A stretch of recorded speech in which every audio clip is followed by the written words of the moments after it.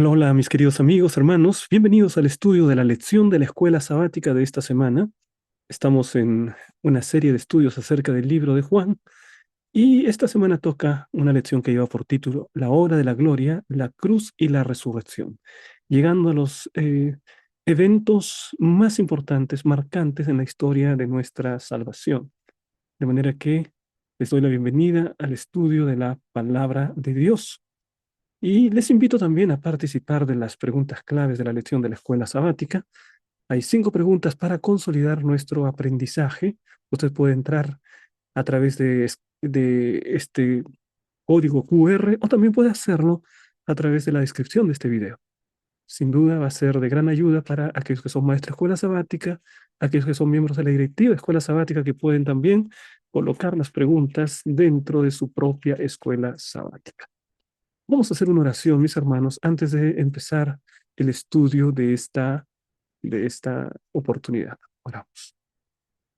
Querido Padre, gracias Señor por la oportunidad de estudiar tu palabra en esta hora. Pedimos que nos acompañes, que nos dirijas para hacer tu voluntad, Señor. Que este estudio pueda significar crecimiento para nuestra vida espiritual. Agradecemos en el nombre de Jesús. Amén. Muy bien, mis hermanos, entonces aquí tenemos el estudio, la hora de la gloria, la cruz y la resurrección. Vamos a ver, en primer lugar, lo que tiene que ver con el motiva de nuestro tema. Veamos qué motivación podemos usar para introducirnos a este tema. Hay un momento en el que Jesús y Pilato están conversando. Jesús le dice de que él ha venido para dar testimonio de la verdad. Y Pilato le hace la pregunta, ¿qué es la verdad? Y de esa manera introduce el tema de la verdad en la conversación juntamente con Jesús. Sin embargo, él no quiere esperar la respuesta de Jesús y él se va. Me parece que hubiese sido muy interesante que Jesús les revele o le revelase a Pilato qué es la verdad, porque entonces tendríamos la definición definitiva de la verdad, los alcances definitivos de la verdad, porque sería una definición dada por el propio Señor Jesucristo. Tristemente, Pilato no no quiso darle espacio a Jesús para que dé su respuesta y salió de la presencia de Jesús en ese momento. De lo contrario, hubiéramos tenido la definición definitiva de la verdad. Pero a lo largo de la historia y en la filosofía sobre todo, se ha reflexionado mucho acerca de lo que es la verdad. Veamos algunas de las respuestas que se han dado en relación con la verdad. Veamos, algunos han postulado que la verdad debe entenderse como correspondencia. ¿Qué significa la verdad como correspondencia? Bueno, la verdad sucede en el momento en que yo digo algo que se refleja en la realidad. Por ejemplo, yo digo manzana verde y manzana roja, y en la realidad estoy viendo una manzana verde y una manzana roja. Entonces, mis dichos, mis palabras corresponden con la realidad objetiva de lo que yo estoy viendo. Cuando hay esa correspondencia entre lo que yo digo y aquello que hay en los hechos, entonces esta sería una definición de verdad. Ahí tenemos a Aristóteles como uno de los que propone esta definición de verdad. La correspondencia entre mis palabras y los hechos. Eso es una verdad. Y cuando no hay correspondencia entre palabras y hechos, por supuesto, estamos hablando de falsedad. Cuando yo digo que se trata de una manzana verde, pero es una manzana roja, no es verdad, no corresponde mi dicho con el hecho. Entonces, ahí tenemos una primera definición, pero no es la única definición. Esta definición es del sentido común, ¿no es verdad? Uno siempre pensó que eso es verdad, que lo que yo digo se corresponde con los hechos, ¿no? Sin embargo, vamos a ver que hay otras definiciones de verdad. Por ejemplo, la verdad como coherencia. Y allí se habla acerca de un determinado grupo de ideas, de alguna ideología. Y entonces, en el campo de una ideología, una verdad es aquella que encaja perfectamente con los otros componentes establecidos de esa ideología, de esa verdad. Si no encaja, entonces no puede considerarse verdad. la verdad como coherencia, me dice, por ejemplo, que yo en un sistema teológico puedo decir que es verdad que Jesús viene por segunda vez, pero al mismo tiempo yo no puedo decir que es verdad que los muertos mueren y después se van directamente al cielo. ¿Por qué? Porque hay contradicción. No puedo sostener que Jesús viene con su segunda venida y al mismo tiempo sostener que los muertos se van directamente al cielo. ¿Por qué? Porque es una contradicción. Porque si los muertos se van directamente al paraíso, después de que mueren, o se van al infierno, entonces ¿para qué va a venir Jesús? Si ya todo mundo que muere está en el cielo. Entonces no hay coherencia, ¿no es verdad? Para que haya una verdad, dicen los que postulan esta teoría de la coherencia, esa declaración tiene que encajar perfectamente con todos los demás ámbitos de la realidad o de la ideología de la cual se está hablando. Entonces, eso sería verdad como coherencia, ¿no? Hegel es uno de los filósofos que habla acerca de este tipo de definición.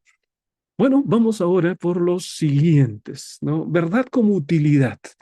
¿Qué es lo que se considera verdadero en esta definición? Bueno, es verdadero aquello que me sirve mejor para un propósito.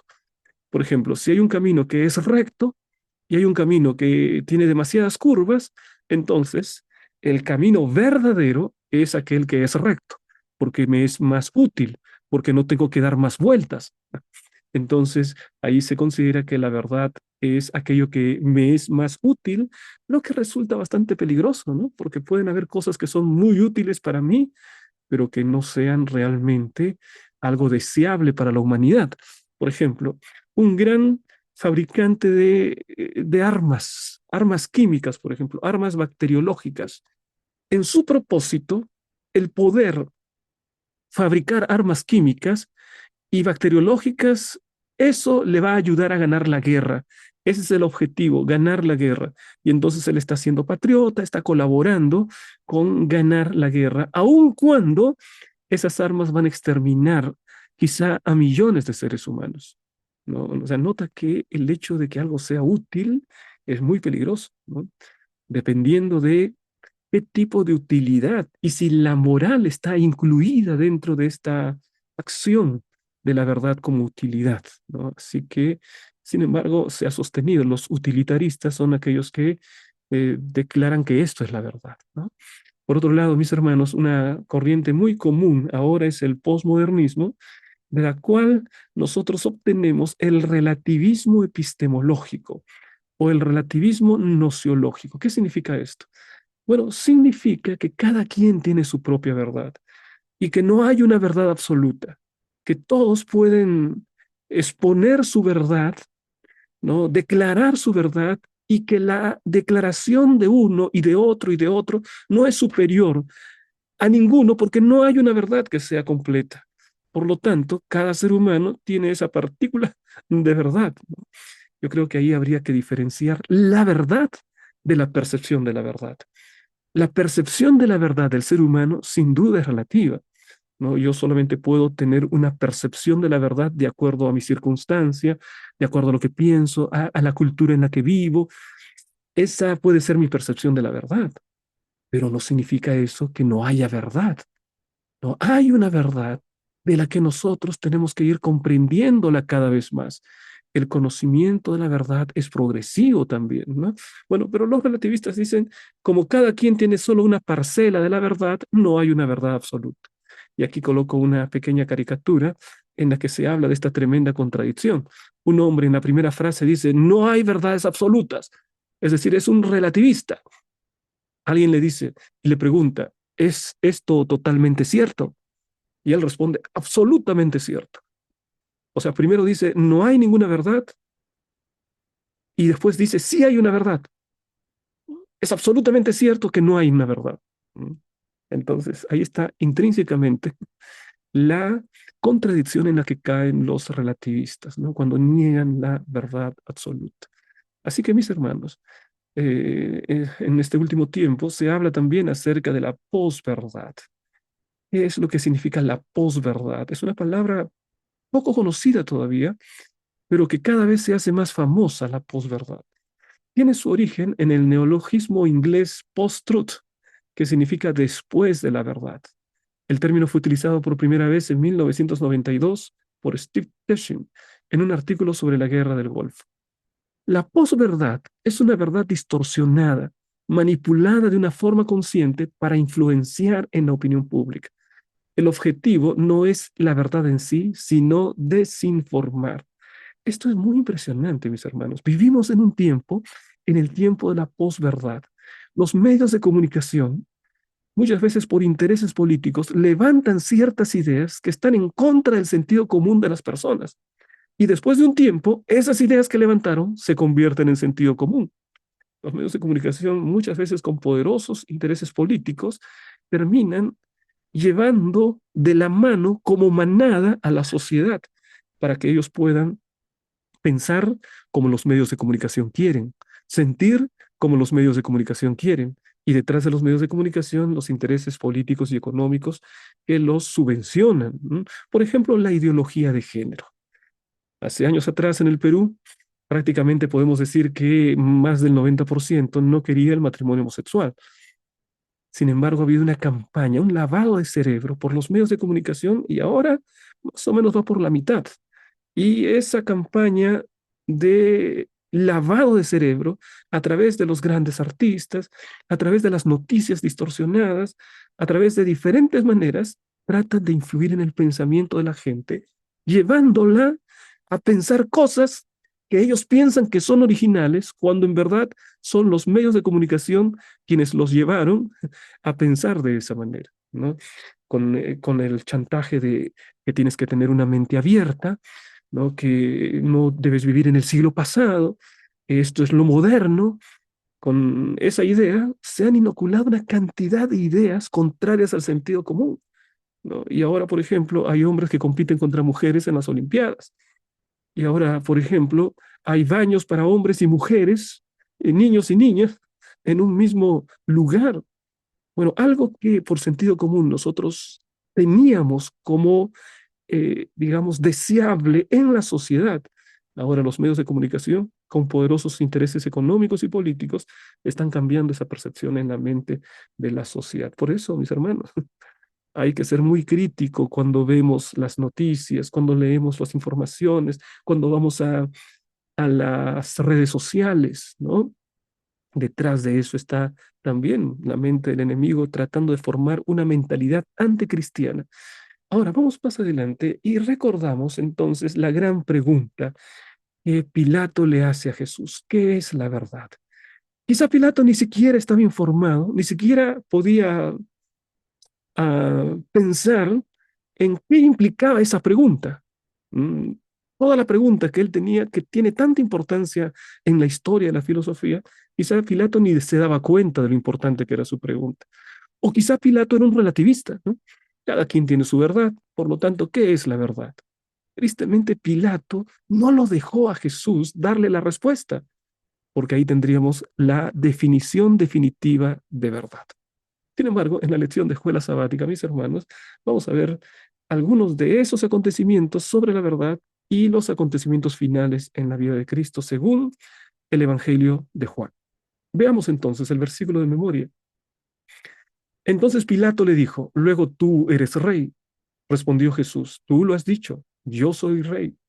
Yo para esto he nacido, para esto he venido al mundo, para dar testimonio de la verdad.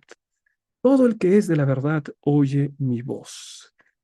Quiere decir, mi querido hermano, que si escuchas la voz de Jesús, entonces eres de la verdad. Si yo escucho la voz de Jesús, entonces soy de la verdad. Qué gran privilegio el ser de la verdad. Vamos entonces, mis hermanos, a la siguiente parte, que es el explora en la lección de la escuela sabática. ¿Qué es la verdad? ¿Qué es la verdad? Vamos a encontrar aquí entonces el momento en que se produce esa conversación entre Jesús y Poncio Pilato, gobernador romano. En Juan capítulo 18, 33 al 35, dice lo siguiente.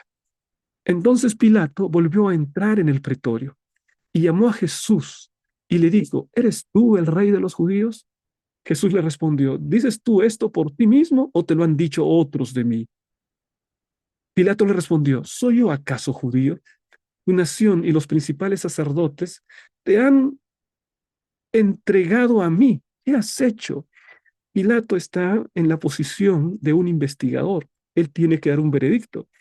Él tiene que decidir cuál será el destino de Jesús, que sin duda ya estaba decidido de antemano, ¿no? Porque Jesús vino para eso. Sin embargo, humanamente hablando, Jesús se sujeta a la autoridad de Pilato, que era un hombre cruel, sanguinario, así es descrito en los libros de historia Pilato. Entonces Jesús le dice, "Mm, mi reino no es de este mundo. Si mi reino fuera de este mundo,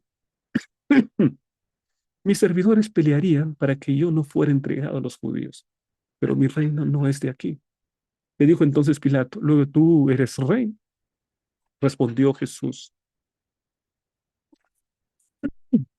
Disculpen, hermanos, que estoy con una gripe terrible en este tiempo. Le dijo entonces Pilato, luego tú eres rey. Respondió Jesús, tú dices que yo soy rey. Yo para esto he nacido y para esto he venido al mundo, para dar testimonio de la verdad. Todo aquel que es de la verdad, oye mi voz. Le dijo Pilato, ¿qué es la verdad? Y cuando hubo dicho esto, salió otra vez a los judíos y les dijo, no hallo en él ningún delito. Qué situación que encontramos muy interesante aquí de la conversación que hay entre Jesús y Pilato. Están hablando, Pilato quiere saber cuál es la razón por qué lo han entregado. Le pregunta si realmente es rey. Y entonces Jesús le responde, le dice, bueno, yo para esto he venido, para esto he nacido, para dar testimonio de la verdad. Todo aquel que es de la verdad oye de mi voz. Esa conversación interesante. Y le dijo Pilato, ¿qué es la verdad? Salió otra vez. Y ahora da una declaración muy interesante. Yo no hallo en él ningún delito.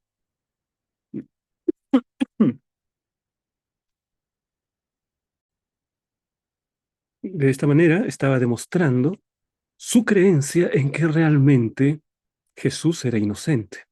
Y ahora Pilato se tiene que confrontar, no tiene que hacer una decisión difícil, porque por un lado, su sentido del deber tendría que haberle dicho, si es inocente, tienes que declararlo inocente. Pero por otro lado estaba la presión de los judíos. Enemistarse con los judíos le iba a traer problemas políticos, seguramente entre las grandes esferas del poder ahí entre los judíos, él no quería ganarse enemigos, y entonces allí estaba en una decisión, estaba entre obedecer o seguir lo que moralmente sería correcto, o simplemente tener un sentido utilitario, ¿no?, de su decisión y hacer lo que los líderes esperaban que él haga. ¿No? Lo que la presión popular que se había formado en ese momento quería que él haga. Y bueno, tristemente la historia nos muestra que efectivamente Pilato cede, ¿no? Y en lugar de declarar inocente al que es inocente, por miedo a la multitud, por miedo al criterio, ¿m? Por no enemistarse con los fariseos, con los dirigentes judíos, él opta por otras posibilidades, ¿m? Él opta por otros caminos. La verdad es un tema distintivo del Evangelio de Juan. Como verbo eterno, Jesús es la luz y la verdad. Todo esto contrasta con la oscuridad y el error. Él está lleno de gracia y de verdad. La gracia y la verdad vinieron a través de él. Juan el Bautista dio testimonio de la verdad. Jesús afirmó que su Padre es veraz. Jesús mismo escuchó la verdad de su Padre. Jesús es el camino, la verdad y la vida. La verdad es un tema clave en el Evangelio de Juan y en toda la Biblia. Por la palabra de Dios sabemos que Dios creó los cielos y la tierra, y eso es una verdad para nosotros. Por la palabra de Dios sabemos que Dios Padre, Dios Hijo, Dios Espíritu Santo trabajan para nuestra salvación. Por la palabra de Dios sabemos que Jesucristo va a venir por segunda vez.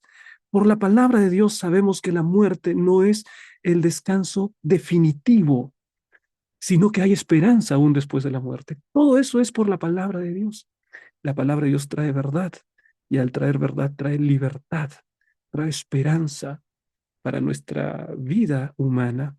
Entonces, mis hermanos, aquí tenemos las implicaciones de esa pregunta, que es la verdad, según la que Pilato preguntó a Jesús, pero no se atrevió a esperar una respuesta. Bueno, después viene una serie de eventos aquí. Veamos cómo continúa la historia en Juan 18, 39 y 40. Pero vosotros tenéis la costumbre de que os suelte uno en la Pascua. ¿Queréis pues que os suelte al rey de los judíos? Entonces todos dieron voces de nuevo diciendo, no a este, sino a Barrabás. Y Barrabás era ladrón. Mira, Pilato creyó encontrar la solución para liberar a Jesús. Es decir, él lo que quería era liberar a Jesús. Y entonces pensó de esta manera. Todos en estas fechas saben que como gobernador de Roma siempre doy un indulto, ¿no? Un indulto para liberar a algún preso. Y entonces ahora simplemente les voy a pedir, ¿no? Eh, que, que se indulte a Jesús o se indulte a otro preso. Pero ahí viene el genio, entre comillas, ¿no? De Pilato, que dice, voy a poner al preso más odiado por los judíos, al que más daño les ha hecho, al que más los ha destruido, lo voy a colocarlo a él. Y entonces vamos a tener aquí a ese preso que es Barrabás, ¿no? Nadie quiere que Barrabás se libere. Barrabás es un ladrón, ha causado tanto daño, claro, Jesús no ha hecho nada.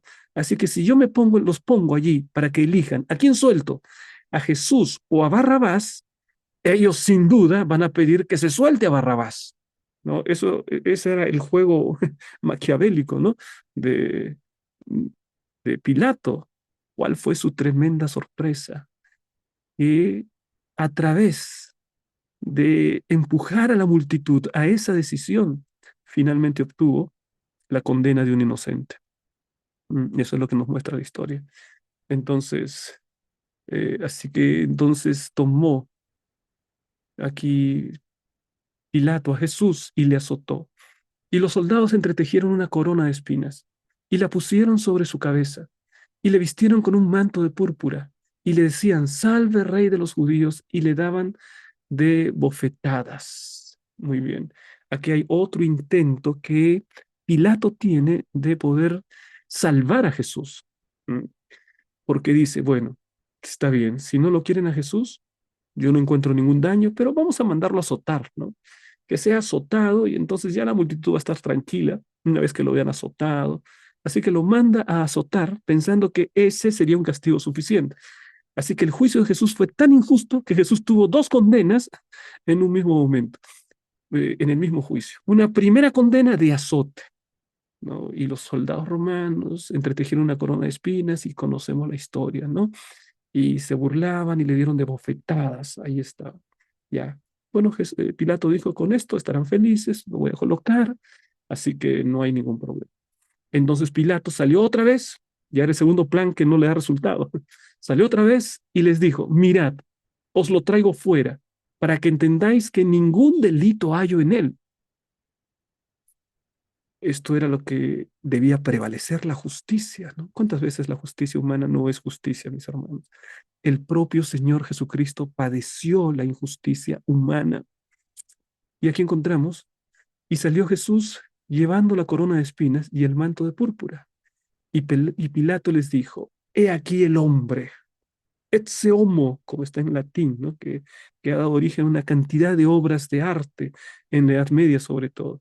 He aquí el hombre. Cuando le vieron los principales sacerdotes y los alguaciles, dieron voces diciendo, crucifícale, crucifícale. Ahí estaban, ¿no? No solamente se quedaron contentos, solamente no se quedaron contentos con que Jesús sea liberado y liberar a Barrabás, sino que además le azotaron y querían mucho más. Querían la crucifixión, querían la muerte. Oh, mi querido hermano, cuando el ser humano quiere destruir a alguien, no se detiene ante nada. El odio, el resentimiento, la injusticia, el ser humano muchas veces llega a lo más hondo, ¿no? De esas realidades, destruyendo por completo cualquier sentido de justicia. Eso pasó con el Señor Jesucristo. Pilato les dijo, tomadle vosotros. y crucificadle, porque yo no hallo delito en él. Ahora simplemente dejó, ¿no? Dejó que tomen allí. Ahora, resulta irónico que el gobernador pagano muestra al Mesías con este atuendo real ante Israel. Sin embargo, como muestra Juan 19, 6 al 16, la turba pide la crucifixión de Jesús, basándose en su afirmación de que es el Hijo de Dios. Esto asusta a Pilato, que se esfuerza aún más por conseguir la liberación. En realidad, vemos aquí que él trata de hacer la liberación con la venia de aquellos que estaban atacando a Jesús, ¿no? Bueno, si ya está completamente azotado, herido, magullado, ya es suficiente, ¿no? Y se van a sentir contentos. Pero esta gente quería más. O si yo lo presento al lado de Barrabás, sin duda van a elegir a Jesús para ser libertado. Y la multitud eligió a Barrabás. O sea, todo le estaba saliendo mal, ¿no? Lo único que tenía que hacer era recurrir a los principios de justicia, de moralidad. Principios que están en el ser humano también, ¿no? Así como encontramos en el apóstol Pablo esa ley que está escrita en el corazón de todos los hombres. O cuando incluso en la historia de la filosofía, Immanuel Kant habla acerca de los dos grandes asombros que llenan su vida, el cielo estrellado y el cielo estrellado sobre mí, dice, me causa asombro, y me causa asombro la ley moral dentro de mí, ¿no? Los principios morales, esos están dentro de mí también. Bueno, hay principios morales que Pilato estaba destruyendo al no poder hacer un juicio justo sobre el Señor Jesucristo. Bueno, la historia continúa, mis hermanos, y tenemos esta siguiente parte, el consumado está. Escribió también Pilato un título que puso sobre la cruz, el cual decía, Jesús Nazareno, Rey de los judíos.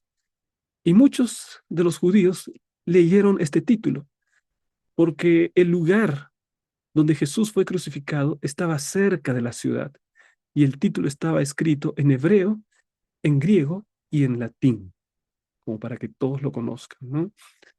Bueno, este primer incidente es muy interesante porque Pilato escribe, coloca una declaración, Jesús Nazareno, rey de los judíos, ¿no? Y entonces estos se enojaron los judíos, ¿no? Los líderes judíos, como rey de los judíos.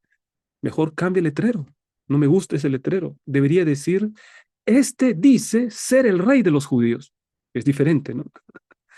Mira, mira ahora la tremenda paradoja, o no sé si paradoja, pero la tremenda, digamos, los dos paradigmas que se están enfrentando aquí. El primero, en el que Pilato afirma una verdad. En la Biblia es una verdad absoluta, ¿no? Jesús Nazareno es el rey de los judíos, ¿no? Y es el rey, es una verdad. Pero por otro lado, están los judíos que quisieron relativizar la verdad y dijeron, no coloques ese letrero. Jesús Nazareno, rey de los judíos, no, no nos gusta ese letrero. En cambio, debes colocar, este dice, es el rey de los judíos. O sea, no es una verdad completa, se trata de una verdad relativa, algo que solamente él dice. El relativismo versus la idea de una verdad absoluta, ¿no? Otra vez aquí enfrentados en estos versículos. Ahora, Juan 19, 26 y 27 dice lo siguiente. Cuando vio Jesús a su madre y al discípulo a quien él amaba, que estaba presente, dijo a su madre, mujer, he ahí tu hijo. Después dijo al discípulo, he ahí tu madre. Y desde aquella hora el discípulo la recibió en su casa. Mira, querido hermano, qué preciosa esta historia de Jesús respecto de su madre. Su madre era viuda. Él realmente era el quien tenía la responsabilidad de poder cuidar a su madre, una gran responsabilidad, pero ahora Jesús estaba muriendo, y él después ascendería al cielo. Así que empieza a ver el futuro, empieza a preocuparse por qué va a ser de su mamá, aquella mujer que le enseñó las primeras letras, aquella mujer que lo dio a luz, ¿no? Una mujer extraordinaria, una mujer maravillosa, y era la madre de Jesús. Y entonces ahí tiene Jesús una muestra del mayor amor de hijo, el amor del hijo por su madre, ¿no? Y allí en medio de la cruz, él no está pensando tanto en sí mismo y en su terrible castigo detrás del cual estaba Satanás, sin ninguna duda, sino que pensó en su madre. Se acercó a la madre y ahí al lado estaba el discípulo amado, ¿no? Juan, el discípulo amado. Dice, mujer, he ahí tu hijo. Después dijo al discípulo, he ahí tu madre. Y es lo que estaba haciendo Jesús. Estaba colocando a su madre María bajo el cuidado de Juan. ¿Ah? Y entonces Juan dice allí, en aquella hora el discípulo la recibió en su casa, cumplió en aquel momento. María, ven para mi casa, aquí tú vas a ser mi madre también, le dice, ¿no? Por así decirlo, ¿no? Porque eso es lo que Jesús le dice, ahí tu madre, cumple ahora con tu deber de hijo, Juan.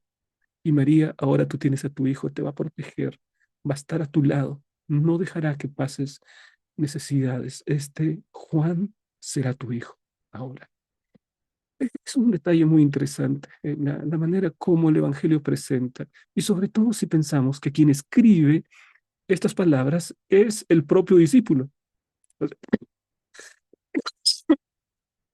Perdón, hermanos, esta gripe que no me deja. El que escribe estas palabras es el propio discípulo Juan, ¿no? Entonces, él está recordando el momento cuando María quedó bajo su cuidado. Y seguramente fue un hijo extraordinario. Seguramente cuidó de la madre de Jesús hasta el último momento. Ahora, la palabra de Dios nos presenta ya los momentos finales. Versículo 28. Después de esto, sabiendo Jesús que ya todo estaba consumado, dijo para que la escritura se cumpliese, tengo sed. Y estaba allí una vasija llena de vinagre. Entonces ellos empaparon en vinagre una esponja y poniéndola en un hisopo, se la acercaron a la boca. Cuando Jesús hubo tomado el vinagre, dijo, consumado es. Y habiendo inclinado la cabeza, entregó el espíritu. El Señor Jesús dijo, tengo sed. Y allí había una vasija llena de vinagre. No sé si alguna vez has probado vinagre, ¿no? Pero bueno, no debe ser una cosa muy grata. Sin embargo, algunos investigadores nos dicen que el vinagre era usado de modo común en las crucifixiones, porque era una especie de paliativo del dolor, ¿no? Era algo que ayudaba al aquel que estaba siendo crucificado a no experimentar tanto dolor. Bueno, no sabemos si efectivamente cumplió ese cometido, ¿no? El vinagre en aquel momento. Lo que sí sabemos es que cuando Jesús tomó el vinagre, lo tomó, dijo, consumado es, o sea, aquí ya todo se ha terminado. Aquí la deuda está pagada, cancelado, está cancelado. ¿A qué deuda Jesús se está refiriendo? En el momento que Adán y Eva, mis hermanos, entraron en el pecado, la paga del pecado es la muerte. La deuda de todo pecador es la muerte. Ahora, Jesús muere pagando la deuda del pecador. Y es por eso que tenemos esperanza de vida eterna, porque Él muere nuestra muerte, para que nosotros heredemos la vida que Él conquistó. Es un cambio injusto con Él, pero es una bendición para nosotros. Es derramamiento de la gracia y Él lo asume voluntariamente. Y esta es la noticia más maravillosa de todo el Evangelio de Juan, que Jesús llegó hasta el momento final pagando la culpa de tu pecado, de mi pecado. Por eso ahora, mi querido hermano, no necesitas pagar la culpa del pecado. Lo que necesitas es abrazar al Señor Jesucristo, abrirle la puerta de tu corazón, creer en Él, y entonces la vida que Él conquistó para ti será una realidad, la vida eterna con Jesús, el mayor de todos los presentes, el mayor de todos los regalos, la vida eterna con el Señor Jesucristo.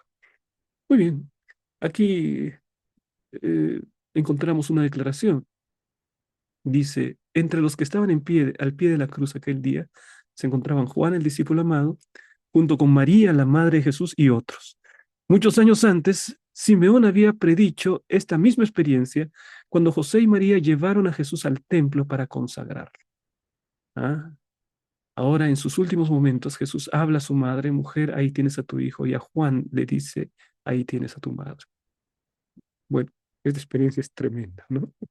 Qué personaje maravilloso nuestro Señor Jesucristo. Cuánta admiración por lo que es, no solamente en su dimensión divina, si nos abocamos únicamente a su dimensión humana, como hombre que vivió entre nosotros, es un personaje como nunca ha habido en toda la historia de la humanidad.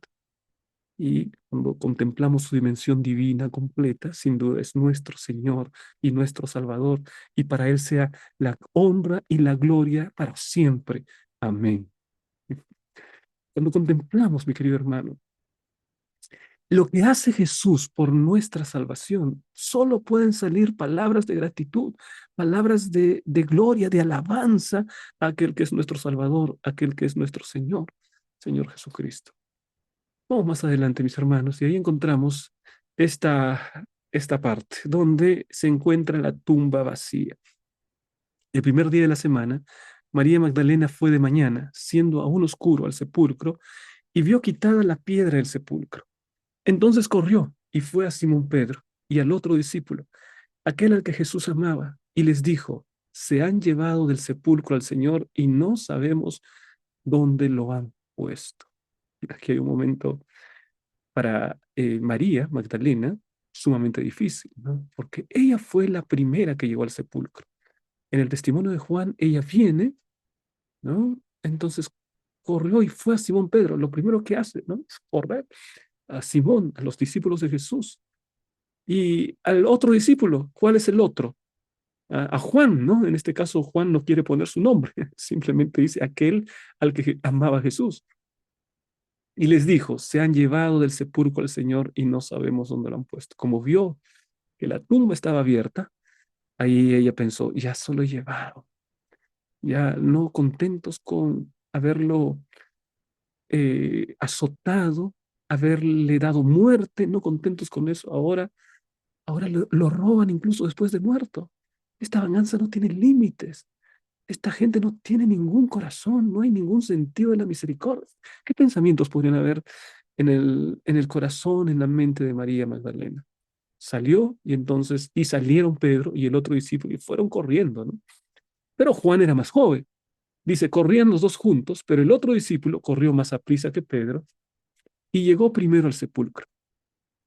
Y bajándose a mirar, vio los lienzos puestos allí, pero no entró. Vio los lienzos, pero no llegó a entrar. Ahora, luego llegó Simón Pedro tras él y entró al sepulcro y vio los lienzos puestos allí y el sudario que había estado sobre la cabeza de Jesús, no puesto con los lienzos, sino enrollados en un lugar aparte, todo en orden, ¿no? Entonces también entró el otro discípulo. Pedro entró primero, Juan llegó primero, pero entró después. Y Juan entró ahora, que había venido primero al sepulcro y vio y creyó. Juan creyó. Aparentemente, Juan es el primero en creer, solo con esa primera evidencia, ¿no? Aparentemente entre todos. Juan recuerda, Juan tenía más intimidad con Cristo. Juan es el que siempre estaba caminando con él. El discípulo amado recostaba su cabeza en el pecho de Jesús. Había una relación muy intensa entre Jesús y Juan, una intimidad, un amor.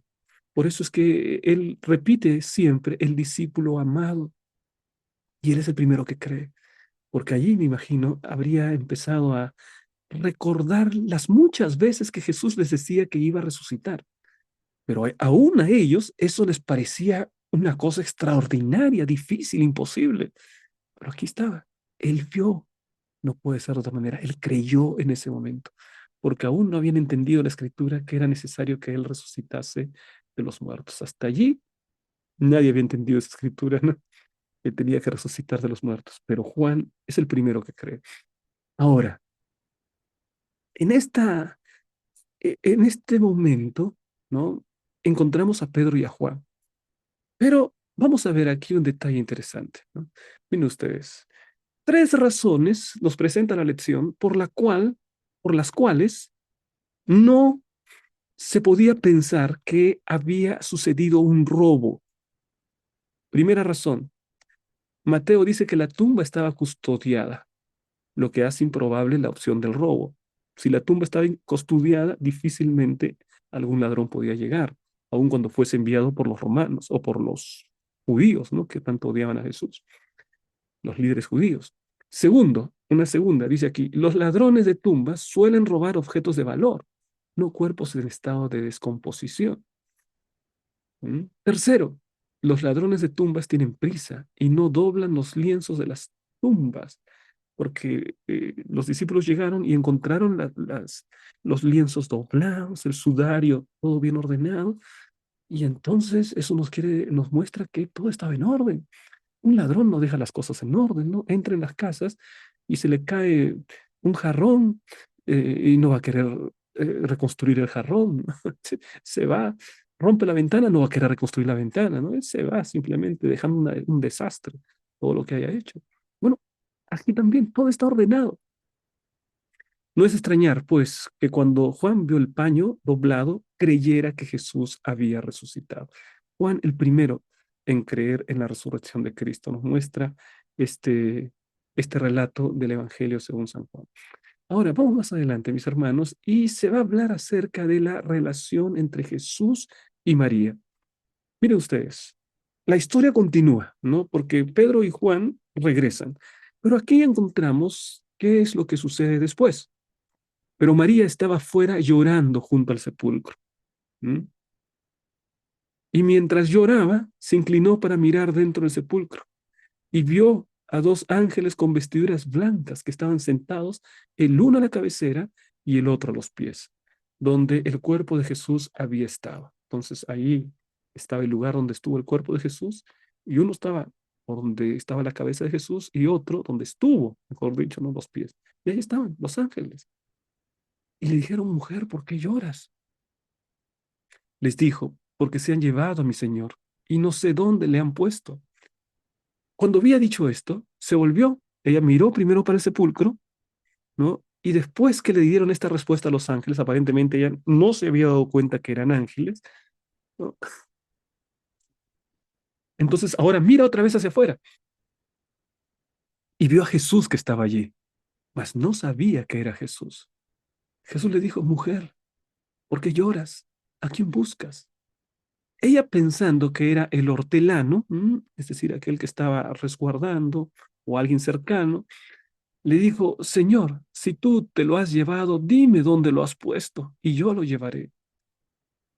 Jesús le estaba hablando, pero María todavía pensaba que era un ser humano. Todavía en su corazón no tenía la certeza de la resurrección de Cristo. Entonces ahora Jesús le dice, María. Le dice unas palabras que de la manera, con la pronunciación que ella reconoce, ¿no? Ahora reconoce la voz de Jesús. Y ella le dijo, Raboni, ¿qué quiere decir maestro? Jesús dijo, no me toques, porque aún no he subido a mi Padre. Mas ve a mis hermanos y diles, subo a mi Padre y a vuestro Padre, a mi Dios y a vuestro Dios. Qué escena maravillosa. Entonces aquí encontramos que María reconoce a Jesús. Jesús la ha reconocido por su nombre y ella también reconoce la voz de Jesús y lo llama maestro, pero le dice, no me toques, aún no he subido a mi Padre, ¿no? Aquí hay dos comentarios que me gustaría hacer. Primero, ¿recuerdan ustedes aquel ladrón que murió junto con Jesús, pero que murió arrepentido? Jesús, algunas versiones dicen que Jesús le dijo, estarás hoy conmigo en el paraíso. ¿Mm? Pero aquí encontramos que Jesús no estuvo en ese mismo día que murió en el paraíso. Por lo tanto, no puede usarse ese versículo para decir que ese hombre ya estaba en el cielo desde ese momento. Jesús no había subido. Así que es mejor la traducción, de cierto, te digo hoy, estarás conmigo en el paraíso, ¿no? Que es la mejor traducción para ese versículo. Ahora, otro comentario que nace de este texto, mis hermanos, es el siguiente. Algunos pueden decir, bueno, aquí dice que Dios es uno, que está ahí arriba, y Jesús lo considera su Padre y su Dios, porque acá dice, suba a mi Padre y a vuestro Padre, a mi Dios y a vuestro Dios. Entonces algunos dicen así, entonces Jesús no es Dios sobre todas las cosas. Entonces Jesús es un Dios pequeño, un Dios menor, él no está desde el principio, simplemente es un Dios minúsculo, porque ese Dios grandioso es el Dios del Antiguo Testamento, ¿no? Pero tenemos que entender, mis hermanos, el contexto de las palabras. Jesús es Dios sobre todas las cosas. De lo contrario, Tomás no habría dicho, Señor mío y Dios mío, al propio Señor Jesucristo. Lo hubiese recriminado, como el ángel recrimina a Juan cuando él se postra para adorarlo en el libro de Apocalipsis. No, no. Lo que tenemos que entender siempre es la naturaleza de Jesús. Jesús es divino, 100% Dios, y es humano, 100% hombre. Entonces, hay versículos en donde se afirma la divinidad de Cristo, porque se enfatiza la dimensión divina de Jesús. Por ejemplo, acepta adoración. Por ejemplo, en Juan capítulo 1, versículo 1, dice, el verbo era Dios, ¿no? En esa dimensión divina encontramos esos versículos, pero también hay una dimensión humana en Cristo. Y en esa dimensión humana, Él se sujeta a su Padre. Él quiere hacer la voluntad de su Padre. Él se manifiesta como enviado por su Padre para hacer su voluntad. Y aquí Jesús está hablando en su dimensión humana. Le está diciendo, suba a mi Padre y a vuestro Padre. Suba a mi Dios y a vuestro Dios. En su dimensión humana, Cristo se sujetó. Porque el apóstol Pablo dice que Jesús no se aferró al hecho de ser igual a Dios como cosa para que aferrarse, sino que se despojó ciertos atributos de la divinidad. Voluntariamente Jesús los dejó de lado para hacerse hombre. No tenía la omnipresencia, no tenía la omnisapiencia. Había cosas que él ya no conocía. Por ejemplo, el día y la hora solo lo saben mi Padre. Algunas cosas él no conocía en su dimensión humana. No podía estar en todo lugar al mismo tiempo. Pero ¿eso significa que Jesús es un Dios pequeño solamente? No. Y lo que significa es que Jesús en estos versículos se refiere a su dimensión humana. La dimensión humana de Cristo hace que nos muestre como plenamente dependiente de su Padre. Y así es, y nos da un ejemplo para que nosotros también seamos dependientes de esa manera. Vamos, mis hermanos. Eh, dice aquí, el forastero dice una palabra, María. Fue una revelación de una sola palabra que cambió el mundo. De repente la sorprendida María se da cuenta de que Jesús resucitado le está hablando y lo reconoce. Jesús insiste en que no lo detenga, pues debe ascender a su Padre, pero le encomienda la tarea de ir a decir a los discípulos que Él asciende a su Padre y al de ellos, a su Dios y al de ellos. María, mis hermanos, cumplió su misión. Dijo a los discípulos que había visto al Señor y también les contó el resto de los detalles que Él había compartido con ella. Bueno, María cumple su misión, ¿no? María Magdalena. Es interesante cómo en la palabra de Dios las mujeres tienen un protagonismo especial, ¿no? Fue una mujer la que educó a Jesús. Jesús estuvo rodeado de mujeres en su ministerio. Y las primeras que dan la noticia de la resurrección, bueno, es María Magdalena y las mujeres que fueron al sepulcro. Así que hay un lugar especial y también un lugar que no se puede delegar a otro, que ocupan las mujeres en el plan del Señor. Hombres y mujeres, mis hermanos, formamos parte del maravilloso plan de Dios y eso me parece tremendo, maravilloso. Vamos entonces a la última parte, donde hablaremos acerca de la pregunta de aplicación. ¿Qué procesos en la toma de decisiones pueden ayudarte a no caer en el tipo de error que cometió Pilato? ¿Cuál fue el error de Pilato? Sabía lo que tenía que hacer. Como gobernador estaba puesto para ejercer, para dispensar justicia. Pero en lugar de hacer su trabajo, de dar justicia, él vio que había varios obstáculos que le impedían hacer verdadera justicia. Y entonces lo que hace es plegarse a la multitud. Le teme a la multitud, le teme a tener problemas con los judíos y deja de hacer aquellas cosas que realmente son las que tienen que hacer. Mi querido hermano, ¿cuántas veces en nuestras vidas tenemos que enfrentar ese mismo tipo de decisiones, ¿no? Por ejemplo, acerca del sábado. Sabemos lo que tenemos que hacer, pero muchas veces relativizamos. Por ejemplo, a veces en nuestras relaciones humanas, nuestras relaciones humanas, a veces sabemos lo que tenemos que hacer, tenemos que obrar con justicia, con responsabilidad, pero ciertas cosas nos impiden y nos convertimos en Pilatos para tercerizar la responsabilidad por la presión del miedo, por la presión social, por la presión de la autoridad, por la presión del mundo en general, que quiere llevarte de una manera contraria a los principios de la palabra. Entonces actuamos como Pilato. Mi querido hermano, roguemos a nuestro Dios para que podamos tener la entereza y el valor de siempre obrar conforme a los principios de la palabra de Dios. Vamos entonces, mis hermanos, para la siguiente parte, la última parte, que nos pide que respondamos las siguientes preguntas. A ver, veamos cuáles son las preguntas que necesitamos responder. Las preguntas claves. 5 preguntas claves, mis hermanos, para poder consolidar nuestro aprendizaje. Entra en el QR y participa. O también puedes usarlo en tu clase de escuela sabática o en tu escuela sabática. He visto muchas escuelas sabáticas que han podido generar un ambiente adecuado para el aprendizaje a través del uso de las preguntas claves. Entonces, ahí está esa sugerencia para ustedes y esperamos que pueda ser de utilidad. También, mis hermanos, aquí tenemos los finalistas de la vez pasada, ¿no? Está Guillermo, está Flores y está SBR. Y hay algunos finalistas, María entre ellos, y aquí no logro ver. Mi querido hermano, me disculpa, quién es el número 4. Entonces, ahí tenemos, mis hermanos, entren las preguntas claves. Puedes también imprimir.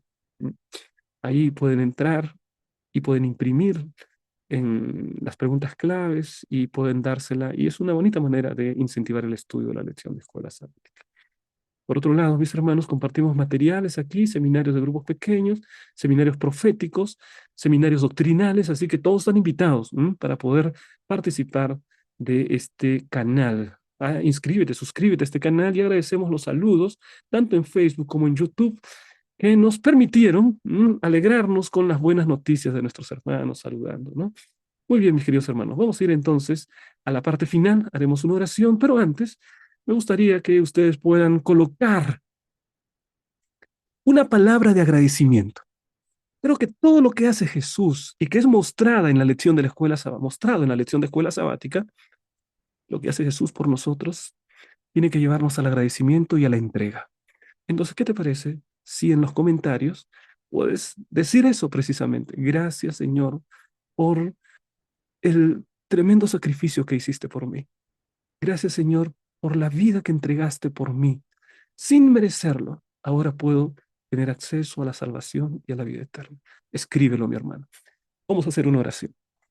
Querido y eterno Padre que estás en el cielo, santificado sea tu nombre. Gracias, Señor, porque podemos tener este momento de estudio de tu palabra. Gracias por el gran sacrificio de nuestro Señor Jesús.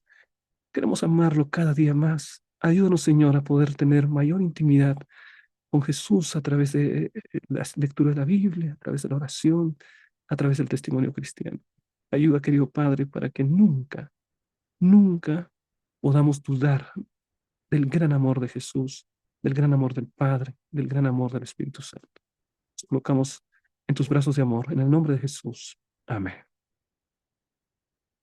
Dios nos bendiga, mis queridos hermanos.